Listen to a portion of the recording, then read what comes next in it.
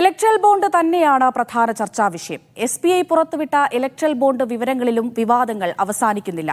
നൽകിയ വിവരങ്ങളിൽ പൊരുത്തക്കേടുകളുണ്ട് എന്നാണ് ആരോപണം. തെരഞ്ഞെടുപ്പ് കമ്മീഷൻ പുറത്തുവിട്ട പട്ടികകൾ കൂടി പരിശോധിക്കുമ്പോൾ നടപടി നേരിട്ട വൻകിട കമ്പനികളാണ് ബോണ്ട് വാങ്ങിയതിൽ ഭൂരിഭാഗവും എന്നാണ് മനസ്സിലാകുന്നത്. അതിൽ വിവാദ വ്യവസായി സാന്റിയാഗോ മാർട്ടിന്റെ കമ്പനിയാണ് ഒന്നാമതുള്ളത്. ദേശീയപാത നിർമ്മാണത്തിനായി കരാർ വാങ്ങിയ മേഘ എഞ്ചിനീയറിംഗ് ആൻഡ് ഇൻഫ്രാസ്ട്രക്ചേഴ്സ് ആണ് രണ്ടാമതുള്ളത്. ബോണ്ട് വാങ്ങിയതിൽ മുത്തൂറ്റ് ഫിനാൻസും കിറ്റക്സുമുണ്ട്. രാജ്യം കണ്ട ഏറ്റവും വലിയ അഴിമതിയാണ് ഇത് എന്നാണ് പ്രതിപക്ഷ പാർട്ടികളുടെ ആരോപണം. വിശദമായ വിവരങ്ങൾ നൽകണമെന്നാണ് സുപ്രീം കോടതി നിർദ്ദേശിച്ചിരിക്കുന്നത്. എന്നാൽ 2019 ഏപ്രിൽ 12 മുതൽ 2024 ഫെബ്രുവരി 15 വരെയുള്ള 22,217 ബോണ്ടുകളുടെ വിവരങ്ങളാണ് SBI നൽകിയത്. അതിൽ തന്നെ ഏറ്റവും അധികം ബോണ്ടുകൾ വാങ്ങിയിരിക്കുന്നത് നേരത്തെ സൂചിപ്പിച്ചതുപോലെ തന്നെ future gaming and hotel services കമ്പനിയാണ് എന്നതും വ്യക്തമാണ്. ഇനി നമുക്ക് പണം നൽകിയ കമ്പനികളെ കൂടി പരിശോധിക്കാം.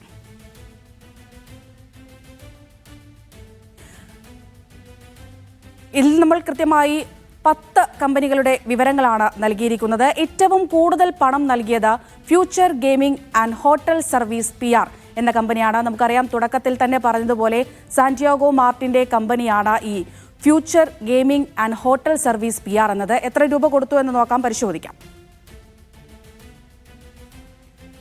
ഏറ്റവും കൂടുതൽ, അതായത് 1,368 കോടി ആണ് ഈ ബോണ്ടിനായി സാന്റിയാഗോ മാർട്ടിന്റെ ഈ ഒരു കമ്പനി നൽകിയിരിക്കുന്നത്. രണ്ടാം സ്ഥാനത്തുള്ളത് മേഘ ഇൻഫ്രാസ്ട്രക്ചേഴ്സ് ആണ്.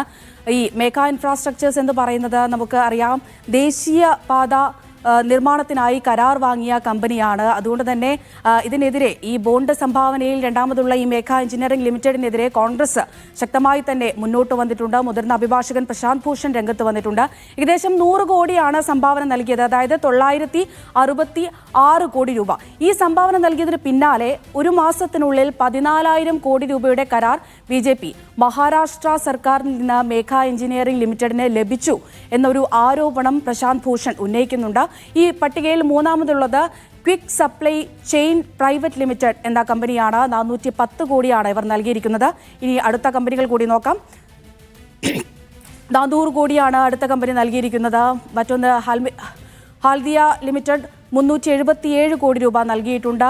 ഭാരതി ഗ്രൂപ്പ് 247 കോടി ആണ് ഈ ബോണ്ടിലൂടെ നൽകിയിരിക്കുന്നത്.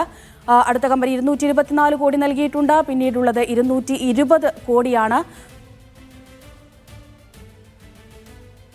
195 കോടി എടുത്തത്, മറ്റൊന്ന് 185 കോടി രൂപയുടെ ബോണ്ട്. അങ്ങനെ വലിയ വലിയ തുകകളാണ് എല്ലാവരും തന്നെ നൽകിയിരിക്കുന്നത്. അപ്പോൾ ഏറ്റവും പ്രധാനപ്പെട്ട ചോദ്യം, ഇത്രയധികം രൂപ അല്ലെങ്കിൽ ഇത്രയധികം ബോണ്ടുകൾ നൽകുമ്പോൾ ആർക്കാണ് ഈ പണം പോകുന്നത് എന്നുള്ള പ്രധാനപ്പെട്ട ഒരു ചോദ്യം മുന്നിൽ ഉന്നയിക്കുന്നുണ്ട്. അതിൽ പ്രധാന പാർട്ടികൾക്ക് ലഭിച്ച തുക കൂടി നോക്കേണ്ടതുണ്ട്. നമുക്ക് അതുകൂടി ഒന്ന് പരിശോധിക്കാം.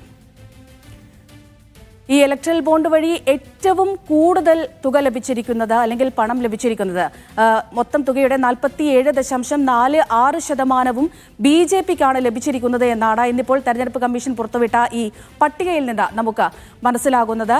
ഏകദേശം 6,060.50 കോടി രൂപയാണ് BJPക്ക് ഇതിലൂടെ ലഭിച്ചിരിക്കുന്നത്. രണ്ടാം സ്ഥാനത്തുള്ളത് തൃണമൂൽ കോൺഗ്രസ് ആണ്. 1,809 കോടിയാണ് തൃണമൂൽ കോൺഗ്രസിന് ഇതിൽ നിന്ന് ലഭ്യമായിരിക്കുന്നത്. മൂന്നാം സ്ഥാനത്തുള്ളത് ഒബ്വിയസ്ലി കോൺഗ്രസ് തന്നെയാണ്.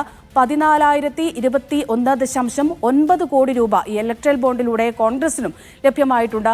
ഇനി അറിയേണ്ടത് ഏതൊക്കെ പാർട്ടികൾ ഇതിൽ നിന്ന് വിട്ടുനിന്നിട്ടുണ്ട്, അല്ലെങ്കിൽ ആരൊക്കെ ഈ ബോണ്ട് കൈപ്പറ്റിയിട്ടില്ല എന്നുള്ളത് തന്നെയാണ്. നമുക്ക് ഏവർക്കും അറിയാം, CPM, CPI, മുസ്ലിം ലീഗ്, ഇങ്ങനെ 3 പാർട്ടികൾ ബോണ്ട് കൈപ്പറ്റിയിട്ടില്ല എന്നും മനസ്സിലാക്കുന്നുണ്ട്. ഈ വിഷയത്തിൽ കണിശതയോടെ തന്നെയാണ് സുപ്രീം കോടതിയും മുന്നോട്ടു പോകുന്നത്. ഒന്നും മറച്ചുവെക്കാനുള്ള സർക്കാരിന്റെ നീക്കത്തെ കോടതി നേരിടുന്ന കാഴ്ചയാണ് സുപ്രീം കോടതിയിൽ നമുക്ക് കാണാൻ കഴിയുന്നത്. സുപ്രീം കോടതി SBIക്ക് നൽകിയ നിർദ്ദേശങ്ങൾ കൂടി പരിശോധിക്കാം. പ്രധാനപ്പെട്ട 3-4 നിർദ്ദേശങ്ങൾ കോടതി മുന്നോട്ട് വെച്ചിട്ടുണ്ട്. ഈ ബോണ്ട് നൽകിയവരുടെ പേര്, വിവരങ്ങൾ, ആരാണ് ബോണ്ട് നൽകിയത്, ഏത് കമ്പനിയാണ് ബോണ്ട് നൽകിയത് എന്നുള്ള പേര് വിവരങ്ങൾ കൃത്യമായി തന്നെ അറിയിക്കണമെന്ന് SBIക്ക് കോടതി നിർദ്ദേശം നൽകിയിട്ടുണ്ട്. രണ്ടാമത്തെ നിർദ്ദേശം, ബോണ്ട് നൽകിയ തീയതി, എപ്പോഴാണ് ഇവർ ഈ ബോണ്ട് നൽകിയത് എന്നുള്ള തീയതി കൃത്യമായി മനസ്സിലാക്കണം, അത് വിശദീകരിക്കണമെന്ന് അറിയിച്ചിട്ടുണ്ട്. മറ്റൊന്ന്, സംഭാവനയായി നൽകിയ തുക. അതിൽ വളരെ കുറച്ച് കാര്യങ്ങൾ മാത്രമാണ് ഇതിനോടകം നമുക്ക് മനസ്സിലാക്കാൻ കഴിഞ്ഞിട്ടുള്ളത്. ഏതായാലും ഈ ബോണ്ടിന്റെ സീരിയൽ നമ്പർ ഉൾപ്പെടെയുള്ള വിശദാംശങ്ങൾ വെളിപ്പെടുത്തണം എന്ന് തന്നെയാണ് കോടതി മുന്നറിയിപ്പ് നൽകിയിട്ടുള്ളത്. ഈ തിങ്കളാഴ്ചക്കുള്ളിൽ മറുപടി നൽകണം എന്ന് SBIക്ക് കർശന നിർദ്ദേശം വെച്ചിരിക്കുകയാണ് കോടതി. ഏതായാലും നമുക്ക് ഈ വിഷയത്തെക്കുറിച്ച് കൂടുതൽ അറിയേണ്ടതുണ്ട്. സ്വതന്ത്ര ഗവേഷകനായ PB ജിജീഷ് നമ്മുടെ കൂടെ തത്സമയം വിവരങ്ങൾ നൽകാനായി ചേരുന്നുണ്ട്. ശരി വിജീഷ്, ഈ സൂചിപ്പിച്ചതുപോലെ വലിയൊരു പട്ടിക തന്നെ ഇപ്പോൾ തെരഞ്ഞെടുപ്പ് കമ്മീഷൻ പുറത്തുവിട്ടിട്ടുണ്ട്. നമ്മളിപ്പോൾ 10 കമ്പനികളുടെ കാര്യങ്ങൾ മാത്രമാണ് നോക്കിയത്. പക്ഷേ ഈ ആദ്യത്തെ 34 കമ്പനികളെ നോക്കുകയാണെങ്കിൽ 17ഓളം കമ്പനികൾ എന്ന് പറയുന്നത് ഒന്നുകിൽ ഇൻകം ടാക്സ് അന്വേഷണം അല്ലെങ്കിൽ എൻഫോഴ്സ്മെന്റ് ഡയറക്ടറേറ്റ് അന്വേഷണം നേരിട്ടിട്ടുള്ള കമ്പനികളാണ് എന്നാണ് മനസ്സിലാക്കാൻ കഴിയുന്നത്. എന്താണ് നമ്മൾ ഇതിൽ നിന്ന് മനസ്സിലാക്കേണ്ടത്? ഇതൊരു പിടിച്ചുപറിയാണ് എന്നാണോ, അല്ലെങ്കിൽ ഇത്തരത്തിൽ ബോണ്ടുകൾ നൽകിയാൽ ED അന്വേഷണത്തിൽ നിന്ന് മാറി നിൽക്കാമെന്നാണോ കരുതേണ്ടത്? ഇലക്ട്രൽ ബോണ്ടുകൾ സംബന്ധിച്ച വിവരങ്ങൾ പുറത്തു വന്നപ്പോൾ അതില് പ്രധാനപ്പെട്ട ഒരു പ്രശ്നം, ഇത് ആർക്കാണ് ബോണ്ടുകൾ നൽകിയിരിക്കുന്നത് എന്ന സംബന്ധിച്ച വിവരങ്ങൾ ലഭ്യമായിരുന്നില്ല എന്നുള്ളതാണ്. എന്നാൽ ഈ ബോണ്ടുകൾ വാങ്ങിയ കമ്പനികളും അതുമായി ബന്ധപ്പെട്ട സ്ഥാപനങ്ങളിലും അവരുടെ ഉടമകളുടെ വീടുകളിലുമെല്ലാം നടത്തിയ ED ഇൻകം ടാക്സ് റെയ്ഡുകളുടെ ഡേറ്റും ഈ ബോണ്ടുകൾ വാങ്ങിയ ഡേറ്റും പരിശോധിച്ചാൽ പ്രതിപക്ഷത്തിനാണോ ഭരണപക്ഷത്തിനാണോ ബോണ്ടുകൾ നൽകിയിരിക്കുന്നതെന്ന് എളുപ്പം മനസ്സിലാക്കാമെന്നാണ് ഇപ്പൊ നമുക്ക് മനസ്സിലാവുന്നു. ED റെയ്ഡിന് ശേഷമാണ് ബോണ്ട് വാങ്ങിയിട്ടുള്ളെങ്കിൽ സംഭാവന നൽകിയിട്ടുള്ളത് ഭരണപക്ഷത്തിനായിരിക്കും. ഇനി ബോണ്ട് വാങ്ങിയതിന് ശേഷമാണ് ED റെയ്ഡ് നടന്നിട്ടുണ്ടെങ്കിൽ ഉറപ്പായിട്ട് നമുക്ക് പ്രതീക്ഷിക്കാൻ കഴിയുന്നത് ആദ്യം ബോണ്ട് വാങ്ങിയത് പ്രതിപക്ഷ പാർട്ടികൾക്ക് കൊടുക്കുന്നതിന് വേണ്ടിയിട്ടാണ് എന്നാണ്.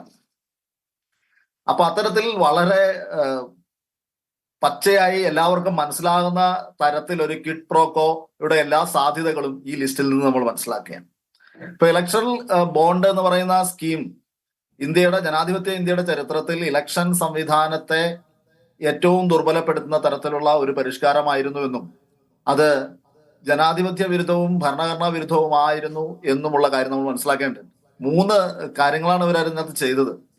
ഈ representation of people act, companies act, അതുപോലെ തന്നെ ഇൻകം ടാക്സ് ആക്ട്, ഈ 3 നിയമങ്ങളും പരിഷ്കരിച്ചുകൊണ്ട് ഇലക്ഷൻ ഫണ്ടിങ്ങിൽ ഏതെങ്കിലും തരത്തിലുള്ള നിയന്ത്രണവും സുതാര്യതയും കൊണ്ടുവരാനുള്ള ശ്രമം ഈ നിയമങ്ങളിൽ എവിടെയെല്ലാം ഉണ്ടായിരുന്നോ ആ സംഗതികളെല്ലാം ഭേദഗതി ചെയ്തുകൊണ്ട് നീക്കം ചെയ്യാനുണ്ട്. 2 കാര്യങ്ങളാണ്. ഒന്ന്, ഈ ഇലക്ഷൻ ഫണ്ടിങ്ങിനെ സംബന്ധിച്ചിട്ടുള്ള വിവരങ്ങൾ പരസ്യപ്പെടുത്തുക, അതിന്റെ ഡിസ്ക്ലോഷറാണ്. രണ്ടാമത്തെ കാര്യം, അത് ഫണ്ടിങ്ങില് ഈ കോർപ്പറേറ്റുകൾക്ക് മേലുണ്ടായിരുന്ന നിയന്ത്രണങ്ങളാണ്. അതിന്റെ ചില ലിമിറ്റേഷൻസ് വെച്ചിരുന്നു. ലാഭത്തിന്റെ ഇത്ര ശതമാനം മാത്രമാണ് ഫണ്ട് ചെയ്യാൻ കഴിയുക. ഈ ഫണ്ട് ചെയ്യുന്ന വിവരങ്ങൾ കൃത്യമായി അവരുടെ അക്കൗണ്ട്സിൽ കാണിക്കേണ്ടതുണ്ട്, ഏത് പാർട്ടിക്ക് എത്ര നൽകി എന്നുള്ളത്. ഇത്തരം നിയന്ത്രണങ്ങളെല്ലാം ഇല്ലാതാക്കുകയും അതോടൊപ്പം പൊളിറ്റിക്കൽ പാർട്ടികൾക്കും കുറച്ച് കമ്മിറ്റ്മെന്റ്സ് ഉണ്ടായി.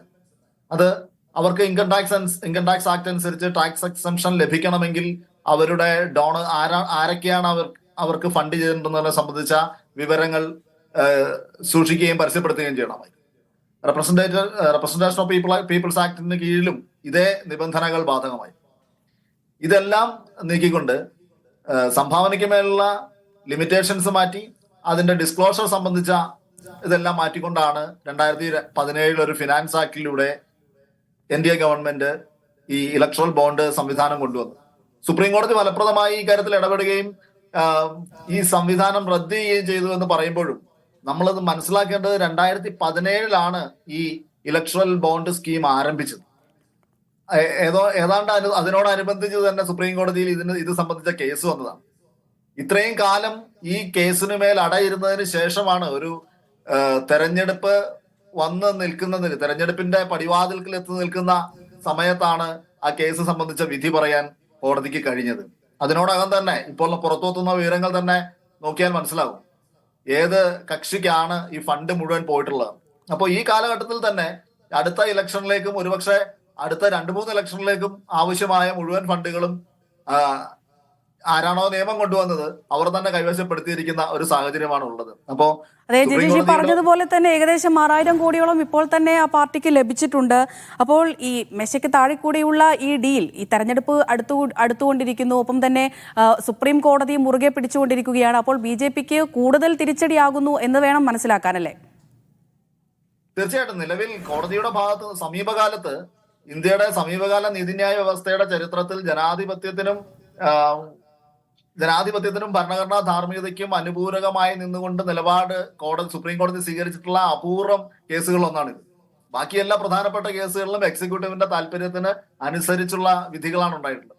എന്നാൽ ഈ കേസിൽ ഈ സുപ്രീം കോടതിയുടെ 5 അംഗ ഭരണഘടനാ ബെഞ്ച് വളരെ കൃത്യമായി ഈ വിവരങ്ങൾ പരസ്യപ്പെടുത്താതിരിക്കുന്നത് ഭരണഘടനയുടെ 19(1) അനുച്ഛേദത്തിന് വിരുദ്ധമാണെന്നും അതുകൊണ്ട് തന്നെ ഈ സംഗതി ഭരണഘടനാ വിരുദ്ധമാണെന്നും വിധി എഴുതുകയുണ്ടായി. ഇത് ഐച്ഛികമാണ് എന്നും ഇത് സംബന്ധിച്ച നടപടികൾ ഐച്ഛികമാണ് എന്ന തരത്തിലും സുപ്രീം കോടതി വ്യാഖ്യാനിച്ചു. അപ്പോ ആ തരത്തിൽ നോക്കുമ്പോൾ വളരെ പ്രതീക്ഷ നൽകുന്ന, വളരെ നമുക്ക് സംതൃപ്തി നൽകുന്ന ഒരു വിധിന്യായം തന്നെയാണ് ഈ കേസിൽ ഉണ്ടായിട്ടുള്ളത്. ആ സംബന്ധിച്ച തുടർ നടപടികൾ ഇപ്പൊ SBI അതിനുശേഷം പോലും ഒന്ന് ആലോചിച്ച് നോക്കണം. സ്വിസ് ബാങ്കിൽ നിന്നുള്ള വിവരങ്ങൾ വരെ കൊണ്ടുവന്ന് ഇവിടെ